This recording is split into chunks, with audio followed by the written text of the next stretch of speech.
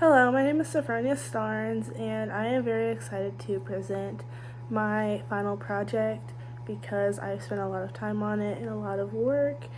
And yes, so my topic is redlining. We did a podcast on this like a few weeks back, and I was really intrigued by it. If you don't remember that, the definition of redlining from one of my sources is a discriminatory practice that consists of the systematic denial of services such as mortgages, insurance loans, and other financial services to residents of certain areas based on their race or ethnicity.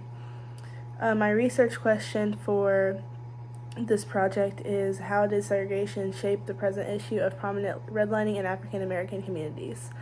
For my rationale, it's definitely the fact that segregation was officially abolished in 1964, but yet it's 2023 and we're still seeing negative effects on the Black community because of this issue and because of discrimination in America that's like outdated.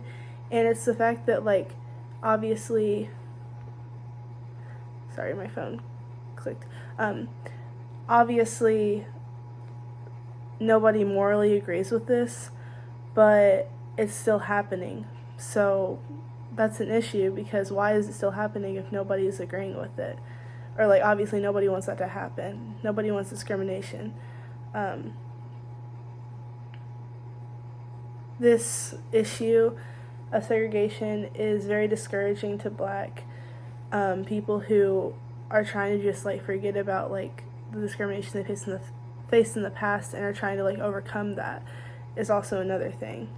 In my first source, called A Forgotten History of How the U.S. Government Segregated America, it's an article done on a podcast by Terry Gross.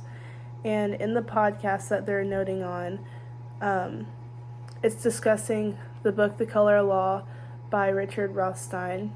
And it really discusses how this issue was created in 1934 when the Federal Housing Administration began refusing to insure mortgages in African American communities.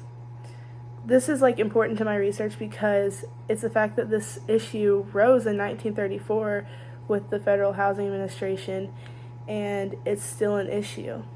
It's become a decades-old issue, as my article said. My second source is Redlining from the Cornell Law School Legal Information Institute. And in this one, it really focuses on the banking discrimination and how it's not just the fact that they're being discriminatized with mortgages and all that, but these communities, they're not getting essential services such as health services or good grocery stores around them. They're suffering with the things that they literally need, physically need to live. They're not getting what they need. And that's obviously an issue because we're all supposed to be equal in our country. That's part of the Constitution and everything. That's the big thing. This is obviously important to my research because redlining isn't just affecting housing, it's affecting people's actual physical lives. My next source is Justice Department reaches settlement with Ohio-based banks to resolve allegations of lending discrimination, which focuses on the Justice Department's efforts to solve allegations that the Guardian Savings Bank and the Union Savings Bank are committing redlining in African American communities in Cincinnati, Columbus, Ohio, Dayton, Ohio, and Indianapolis. And this is a very big issue because these banks are very big. They're used by a lot of people in these communities and they're contributing to redlining. So what does that say about the issue if even big banks are doing this and big banks are contributing to redlining? Where does it stop? It's not just an issue in small communities. It's an issue in these large communities that have a high population of African American people. This problem is also discussed in my the article. Department of Justice settles redlining case with Ohio banks for $9 million. The Ohio banks, the big Ohio banks contributing to redlining, is discussed once again, but this is more like in depth of what actually happened rather than like the resolving of it. And this is obviously beneficial to my research because it gives me more details, and I'm able to educate and do more research and write more about what actually happened with these banks. My last source is America's housing market is racist. Congress could easily help fix it if they wanted to. This article was developed by the Business Insider, and it's expanding on the statistic that black borrowers are 80% more likely to be denied a mortgage than white borrowers. This statistic of 80% shows how large this issue is. This article was very beneficial to my research with like statistics and stuff like that. And this article is also beneficial because it also discusses more plans that Congress could do to help contribute to resolving the issue of redlining. When analyzing the data from all of my sources, I can see how big of an issue that redlining is, and I can help like voice that in my paper.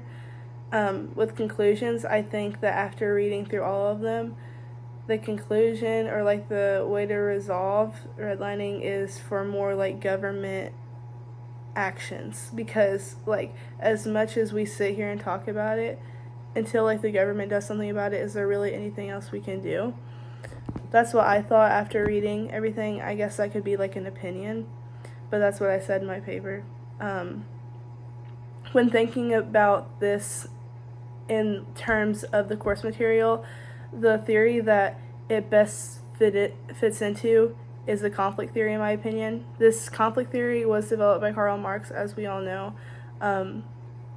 This theory defines the issue of social class and how different social classes are set in place.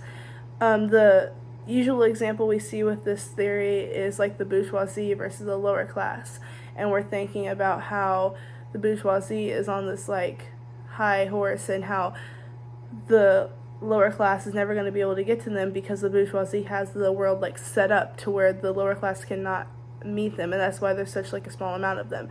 But looking at the issue of redlining, the conflict theory fits this because in terms of redlining, it's like white people have a privilege in the country, and no matter how many years go by since segregation, since like we've all been considered equal like by law, black people are still seeing ways of being underprivileged, and it seems like that's never gonna like change.